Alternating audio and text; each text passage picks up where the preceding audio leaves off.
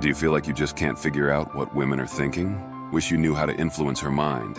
In dark psychology, there are secret ways to secretly guide and control other people's minds without them realizing it. Dark psychology is all about using sneaky and powerful techniques to influence and control others without them noticing. With these tactics, you will know how to avoid being manipulated and how to subtly influence women. Curious, you should be, because we are about to share these hidden techniques with you.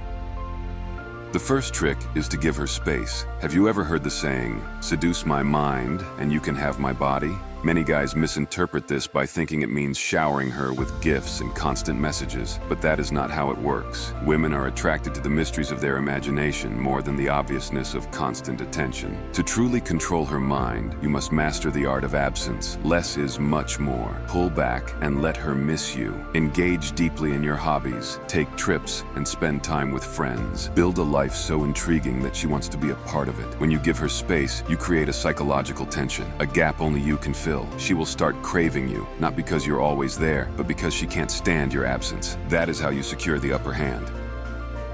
Trick number 2 is to use small mistakes to gain control. Sometimes, a small mistake in your conversation can become a big deal. This is about setting a calculated trap, a subtle yet effective tactic in the dark corners of psychological warfare. Drop a detail that is slightly off. It is not a mistake, but a strategy. When you slip in a minor error, watch how quickly she corrects you. That is your in. She becomes more engaged and more talkative. She will start revealing details she hadn't planned to. You have just manipulated her into showing a card she didn't know she was holding. You are exploiting her natural urge to correct, to be right, and turning it against her. It is a chess move that distorts her perception of reality and makes her question what is true and what is fabrication. It is a power play. Use it wisely.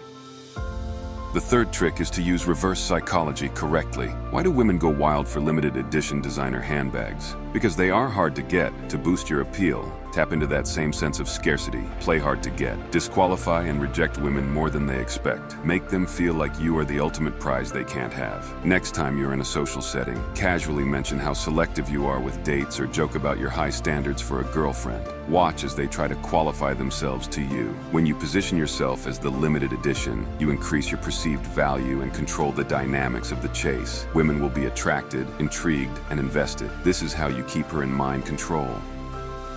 Another trick is to keep her confused. Confusion can be a powerful tool when used right. Now, I am not telling you to start controlling her outright, but subtly messing with her perception. This creates a deep-seated obsession. When you send her mixed signals, like being warm one moment and distant the next, you disrupt her psychological balance. Say, for example, you're having a conversation. Be genuinely engaging at first, then shift to being slightly disinterested. Compliment her in a way that leaves her unsure about your intentions. This inconsistency throws her off balance. As she tries to figure you out, you occupy more of her thoughts. The more she thinks about you and tries to decode your behavior, the more entangled she becomes. This subtle manipulation plants you in her mind. At number 5, we have another trick: non-reactivity. Non-reactivity is your go-to weapon against anyone trying to push your buttons. Stay calm and collected to create an invisible barrier that their provocations can't penetrate. This leaves them powerless and frustrated as their efforts to unsettle you fail. When you don't react to the things they expect, you take control of the emotional exchange. You deny them the reaction they seek, which can seriously mess with their head. It is like playing puppet master and controlling the interaction without them realizing it. On a bigger scale, non-reactivity shifts the balance of power in your favor. It is all about who holds the control, and by staying non-reactive, you are always one step ahead. Next up, try some emotional manipulation. This one is more direct. It is about using her emotions as your chessboard. Have you ever heard of fractionation? It is a stealthy technique rooted in psychological principles that dominate her emotional world. Women let emotions guide their decisions, so mastering this game is key. To make this work, you will have to keep her swinging between emotional highs and lows. For example, one moment, you are the charming prince. The next, you are distant and nowhere to be found. This emotional roller coaster puts her investment on overdrive. She will start to feel an intense connection and a fear of loss at the same time. It is like setting a hook deep in her mind. Once you are there, you can steer her emotions like driving a car. She becomes so wrapped up in your world that stepping out feels like breaking free from gravity.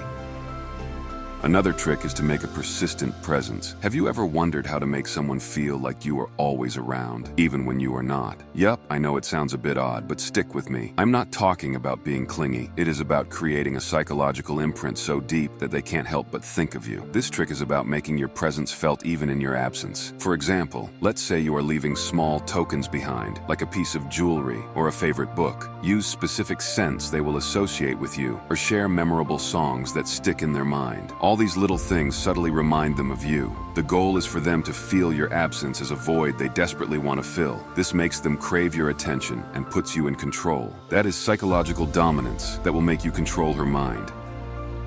Trick number 8 is to play the name game. Have you ever noticed how you snap to attention when someone mentions your name? It is like the world around you blurs and you become the star of the show. This is the ultimate power of a name. Using her name strategically is a simple yet powerful tactic. When you use her name in your conversation, it is like a direct shot to her psyche. It cuts through the noise and commands her undivided attention. Using her name makes her feel seen and important, like she truly matters to you. But when you use her name strategically, like seasoning a dish, you are tapping into a deep part of her psyche. You are appealing directly to her ego. For example, saying, "You know, Emily, I really think you would nail this," suddenly makes her feel special and acknowledged. She is all ears, feeling valued and more likely to be swayed. It is a powerful trick in the dark psychology playbook.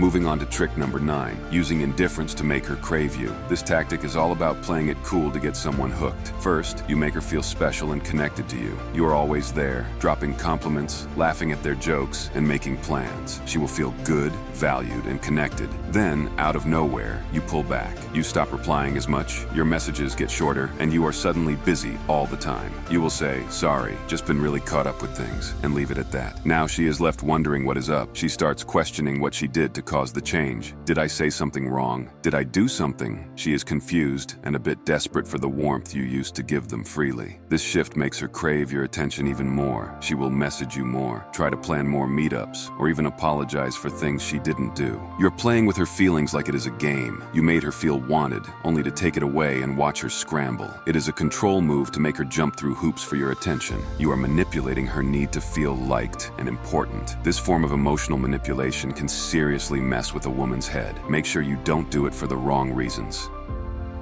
The next one is to get rid of her ego. Today, everyone craves attention, but being the one who doesn't hand it out freely is a power move. Most women are used to being noticed, so try something different, like reducing their ego by holding back the attention they expect. Focus on her friends more than her, or act unaware of her presence in group settings. It is not about being rude, but about strategic neglect. Suppose you are at a party. Spend more time laughing with her friends and barely acknowledge her. Maybe throw a casual compliment towards someone else. This subtle challenge to her self-esteem will spark her desire to win your attention. She will start seeking validation from you and work harder to catch your eye. This tactic makes her jealous, and she sees you as someone whose approval is worth pursuing. As a result, you become the one in control of how hard she tries to get on your radar.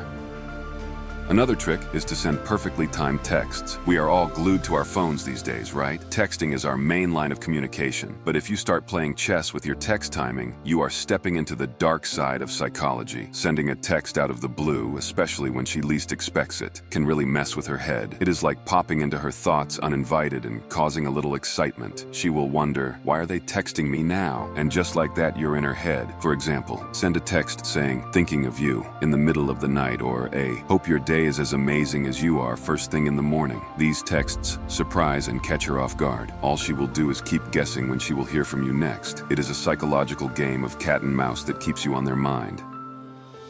And lastly, ask a small favor for a huge impact. Imagine you are asking for a massive favor right off the bat. Something so big it makes the other person pause but doesn't make them refuse. This big request gets their brain thinking, "Wow, I have done this huge favor, so we're even now." But here is where it gets interesting. You then ask for something much smaller. Suddenly, they feel relieved and are more than happy to help because in their mind, they are getting off easy. What you have done is cleverly manipulate her. You have tapped into her instinct to balance things out and make her feel she should help you. It is a subtle form of emotional blackmail where you use her guilt and the desire to be helpful. This trick is a bit sneaky and can hurt trust in relationships. You are taking advantage of their kindness, which can have serious consequences, so be careful.